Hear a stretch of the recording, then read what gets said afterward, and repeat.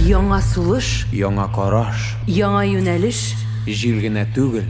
чын үзгәреш. Татар эстрадасының 50 төсмерле соры төсеннән арсаң, җаныңа дәва булырдай яңа тамашага кил. Ялгызларны кавыштыра, тезләнгәннәрне бастыра, бәхетсезләрне канатландыра торган музыкаль тамаша. Йөрәкләрне җылытырдай, яңгырлардан яшерердәй, ерак араларны кул сузымына кадәр якынайтырдай, мәхәббәткә төшенчә бирә алырдай иң дәртле һәм хисле дуэт Гүзәлия белән Хәким.